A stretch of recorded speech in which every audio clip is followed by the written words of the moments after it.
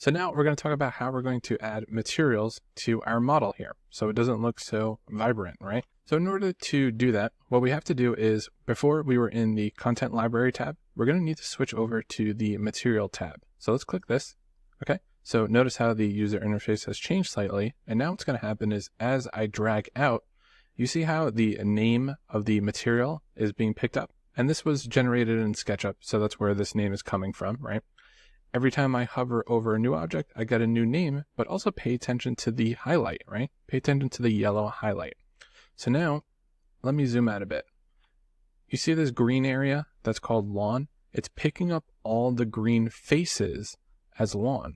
So what's the benefit of this is I only have to make the material change once, and every single green face that shares the same name will be changed at once, which is really useful because, say over here where I have the mulch, I've got 5 to 6 different regions, and I wouldn't want to do that. I wouldn't want to make a material for each region. It's best I just collapse the material into one name and I change it all at once. So to edit a material, I'm going to zoom in and let's go down to our windows over here, right? So this is a black metal. If you remember from the reference image, we're going to do like a black paint on these metallic windows. So I'm going to click this. And when you first click a material, it's going to give you one or two options. It'll either say new or it'll give you the material library tab. Okay. What's cool about this is you can choose from all these different pre-built materials, right? Which is super useful. Just like the asset library that's got all the people and nature, you've got hundreds, if not thousands of different materials to choose from, right? So this is kind of a painted metal. So for this example, let's just find a metal. I'm going to go right over here to the metal category. And look at this. We've got different pages of all different types of metal. And just like the starting templates, if I start with a metal that looks like this, I can easily customize it to look like this, right? I'm not going to be penalized if I choose the wrong asset, which is really nice. All these materials are built up by different settings, sliders, and textures. And so you can easily switch between them, which is really cool.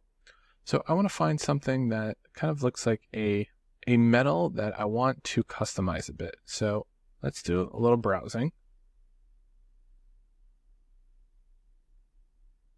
And I want to go with this one, metal 12. And I know this isn't black metal, right? But the point is, I want to show you how we're going to make it black metal. So I'm going to click this, and you'll notice that it has changed it slightly, but I don't have any settings to edit this. So if I actually double click this, it's going to open up my material editor. Okay, so I'm going to go up close. And one of the reasons I chose this base sample is just so we can get some texture on the actual windows, because when we're painting windows, there's going to be some like brush lines and everything. Same thing from the metal fabrication process. There's going to be, a brushed metal look to it. So the first thing I want to point out is right here where it says color. This is a color hue. So watch this. I'll make this red, and you'll notice nothing's changed. So why hasn't anything changed? There is a texture slot here, right? And it's at 100%. So it's a tug of war. 100% means favor the texture map 100%. If I lower it, it's going to start favoring the color, right? So 0% means 100% of the color. It's the inverse, right?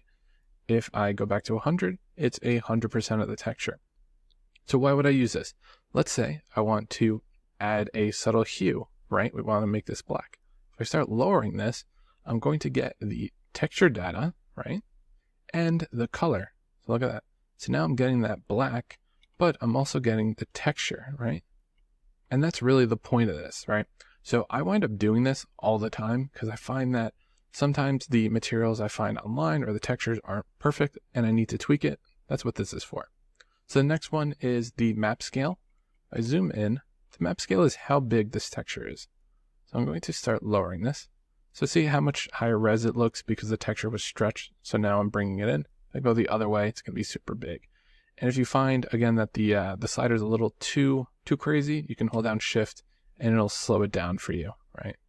So I'm going to be somewhere around there. Basically, I want to see some of the variation from far away. So maybe I boost this up a little bit. Okay. Next is relief. Okay. So for those who don't know what this is a normal map. And this is what's going to drive whether or not some pixels are raised or lowered. So watch this.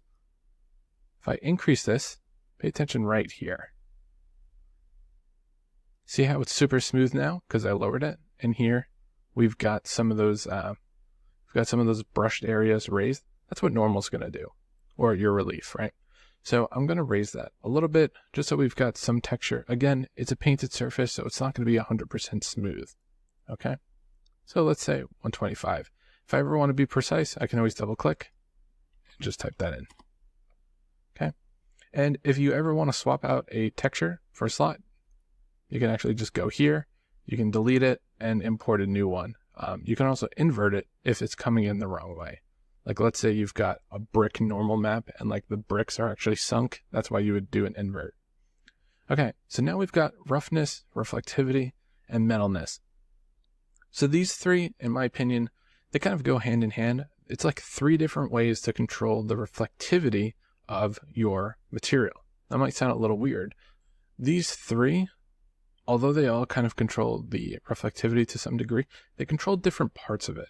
So what I mean by that is if I lower roughness, you see how it's beginning to look more like a mirror? And I'm going to lower the relief to 0. Just, you don't need to follow along on this part, but just so you understand. A 0 roughness means a perfect mirror, okay? A higher value of roughness is going to make it matte, okay? It's going to have essentially no reflection.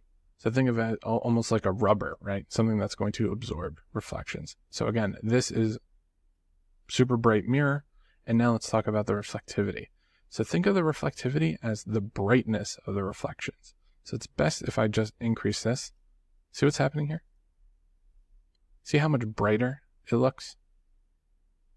So this is basically saying I want to control how bright the highlights of my reflection are, right? So I want to keep this, somewhere around there. I want to have some reflection, right? And the roughness, I'm going to leave it here just, for the sake of this example. You don't need to follow along. We'll customize this in a moment. And metalness, think of this as whether or not the object is metal or not, right?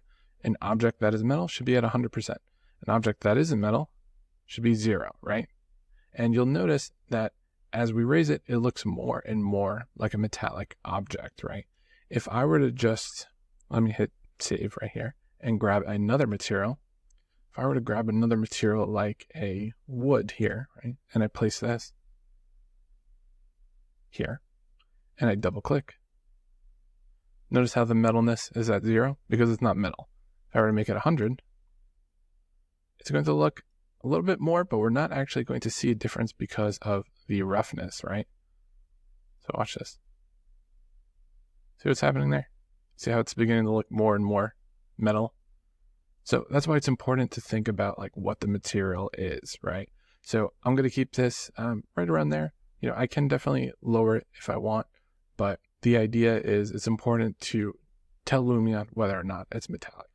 And you'll notice that, there is this range from 100 to 200, and this is when it's going to start using the texture.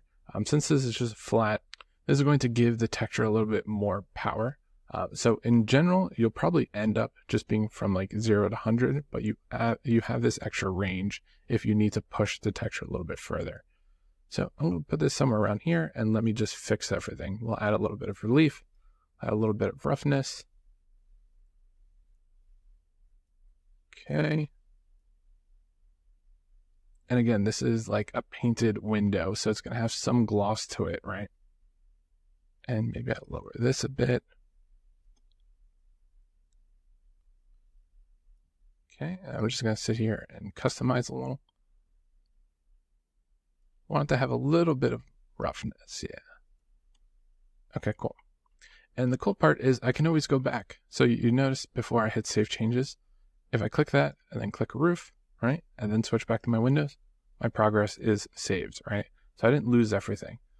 So it's actually good to, be aware of that. You don't need to commit to everything 100%. So I'll notice that right here, it's kind of shining a bit. So this is where I'll start playing with the reflectivity and the roughness just to make sure everything's kind of consistent, right? So we'll do that.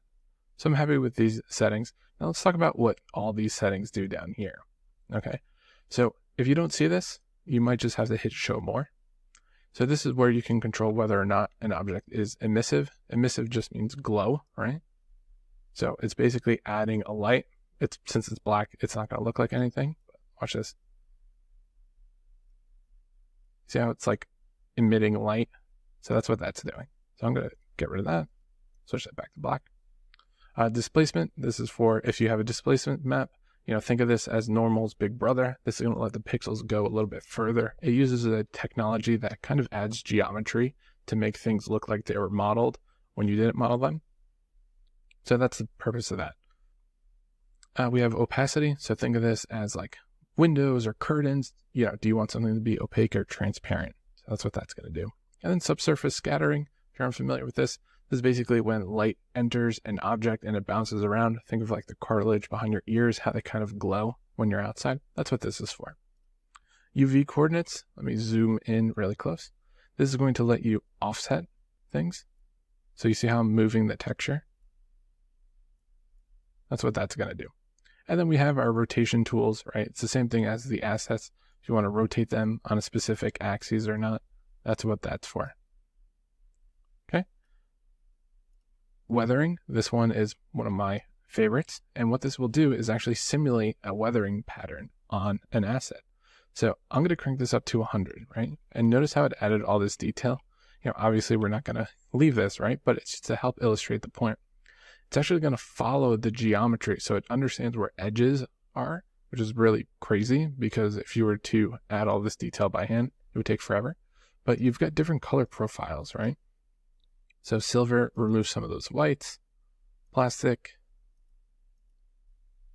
like iron is going to give you some of that rust. So that's why there's these different profiles. But what's nice about it is like it does add all this information here. Like if I were to lower this, right, to something more realistic, you see how it added some nice shading in here? Some slight edges right around there. Yeah, that looks great. Looks really nice.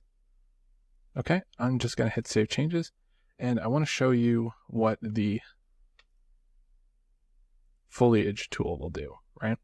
So what this will do is it'll actually spawn ivy. So as I increase the spread, it's going to generate ivy. So you don't need to model this. So this is super useful. You can change the color of it. You can change the profile and everything. So I'm just going to cancel and let's go back here.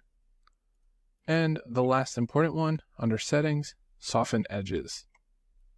Check this out. If you look closely, you see how everything is a 90 degree. In the real world, we don't have sharp 90 degrees. Everything's got a slight little rounded edge or bevel, right? Or chamfer. That's going to actually add that. Look, see how the light is being caught on that? Off, on. So you would never model that, right? It would add too much geometry to your scene. It would make everything slow and heavy. This is a nice way to add to your material or your model. So I always have a little bit of soften edges and a little bit of weathering on every single material because it's going to add all that realism. Then we have texture saturation. This is just going to desaturate your texture right here. This is grayscale, so we don't need that. Clear coat, let's say you're doing a car paint. That's what that's going to do. And flicker reduction we talked about before when you have overlapping planes. Okay, so those are the basics of what the material editor offers. In the next video, we're going to go in and we're going to customize all the different materials for our project.